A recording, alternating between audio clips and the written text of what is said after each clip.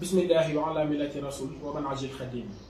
ginnaaw bi ñu sant yàlla julli ci yonent bi sallallahu alayhi wa sallam di sant bu baax Cheikh Ahmadou Bamba Khadimu Rasul ci turu le guide de la révolution pacifique président fondateur du parti de la vérité pour le développement Cheikh Ahmadou Kara Mbacké Noreyni ñi ngi ñëw tey di jàkkaarloog yéen waaye sol mbubbu ki nga xamante ne bii mooy lëkkale wala mooy jotale mbooleem lu jëm ci wàllu kuréelu dëgg gi ci bitim réew liggéey bi nga xamante ne bii nag moom la ñu sëriñ bi di liggéeyloo ci wàllu woowu doon na loo xamante ne bii luy dëgëral dong ak luy wëyal doxalin ak xalaatinu Hizbul Haq di parti de la vérité pour le développement. ndax ku ne xam na ni liggéey bi nga xamante ne bii moom la ñu sumb te moom la ñu bëgg ci réew mi mooy jéem a fexe ba suñuy doxalin ak ni ñuy jëflantee ci wàllu politique mu doon loo xamante ne bii luy jugee ci suñu ñooñu réew mi te wax dëgg yàlla doon na loo xamante ne bii mën naa ni sa mbir la moo xamante ne bii mu bees la te ñu ngi ko jëlee ci màndu ki nga xamante ne bii mooy Cheikh Ahmadou Bamba Khadimu Rasul. jamono ji dafa toll foo xamante ne bii crise bi am ci àdduna bi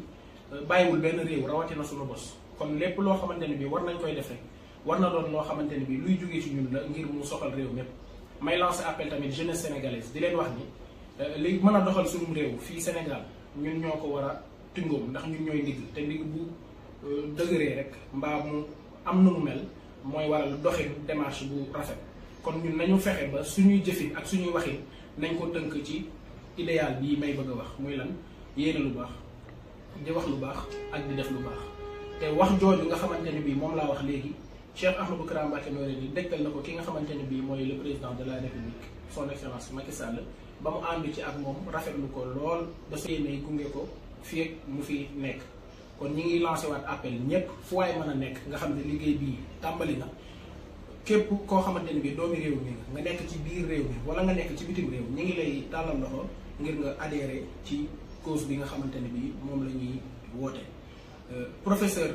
Mamadou Lamine Sène bi nga xamante ne bii mooy coordonnateur national bi ak bureau parti de la vérité tàmbalee ci ki nga xamante ne bii mooy présidente bi di suñu yaay Soxna Dieng Mbacké dinañu amal ay jotaay amal it ay jotaay waaw ni ma ko waxee ay jotaay yoo xamante ne bii ci biir réew mi fu ci nekk ci 45 départements yi danañ fa am ay cellules yoo xamante ne bii moom la ñuy taxaw ngir gën a dëgëral base yi kon ñi ngi tàllal ñëpp loxo waa diaspora bi rawatina jeunesse sénégalaise bi fa nekk ngir ñu adhéré ci cause bi nga xamante ne bii moom lañ leen di dëgtal ñi ngi sant ñëpp di gërëm ñëpp wasalaamu ala man tabawa. Au nom de Dieu, le clément, le miséricordieux, qu'il soit exalté le maître des cieux et de la terre, son prophète Mohammed, paix et salut sur lui, ainsi que son serviteur Khadimu Rasul. Au nom du guide de la révolution pacifique et président fondateur du parti de la vérité pour le développement, j'ai l'insigne honneur de m'adresser à vous à titre de coordonnateur international du PVD. Dans cette nouvelle mission, il s'agit d'une consolidation et d'une continuité de l'action du guide, dont la démarche constante et une politique de type nouveau basée sur les enseignements du vénéré Cheikh Ahmadou Bamba Khadimu Rasul. En effet, le monde traverse une crise inouïe qui doit éveiller en chacun de nous la fibre patriotique dans la solidarité et la citoyenneté. D'ailleurs, cela est en substance les mobiles qui justifient l'entrevue du guide Cheikh Ahmadou Kara Mbacké Noreyni et le président de la République, son Excellence M. Macky Sall. Ainsi, le guide l'a invité à s'approprier le projet de société de Cheikh Ahmadou Bamba, cet idéal axé sur la bonne intention, la bonne parole et la bonne action. Dès lors, le guide a décidé de le soutenir jusqu'à la fin de son magistère. Instruction du guide, le coordonnateur national, professeur Mamadou Lamine Sène, et tout le bureau exécutif du PVD, à commencer par la présidente Mme Sokhna Dieng Mbacké, s'achemine vers une restructuration des bases au niveau national et international. Nous tendons la main à toutes et à tous pour la construction d'un Sénégal nouveau. Nous ne pourrons jamais avoir de meilleur soubassement que la voie tracée par Serigne Touba et sur tous les plans. La feuille de route de la coordination nationale vous sera communiquée ultérieurement, mais j'invite d'emblée les Sénégalais de la diaspora à se préparer pour relever les défis de cette exaltante mission. La paix est avec celui qui suit la droiture.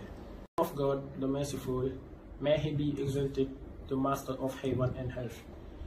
His prophet Muhammad, peace be upon him, as well as his servant Khadimu Rasul. In the name of the guide of the peaceful revolution and founding president of the Party of Truth for Development, Sheikh Ahmadou Kara Mbacké Noreyni. I have the great honor to address you as International Coordinator of the PTD. In this new mission, it is about the consolidation and the continuity of the action of the guide, whose constant process is a new type of poetry inspired by the teachings of the Venerable Sheikh Ahmadou Bamba. Indeed, the world is going through an incredible crisis which must awaken in each of us the patriotic fiber in solidarity and citizenship. Moreover, this is substance the motives which justify the interview of the guide Sheikh Ahmadou Kara and the President of the Republic, His Excellency Mr. Macky Sall. The guide invites him to appropriate the social project of Sheikh Ahmadou Bamba, this ideal based on good intention, good word and good action. From the on, the guide decided to support him until the end of his magisterium. On the missions of the guide, the National Coordinator Mamadou Lamine Sène and the entire executive office of the party, starting with the President, Ms. Sokhna Dieng Mbacké, are moving toward a restructuring of the basis of the PTD at the national and international level. We stand hand to everyone for the construction of a new Senegal. We will never be able to have a better foundation than the path traced by Serigne Touba, and on all levels. The roadmap for international coordination will be communicated to you later, but I immediately invite the Senegalese of the diaspora to prepare themselves to meet the challenge of this exhilarating mission. Peace is with the one who follows righteousness.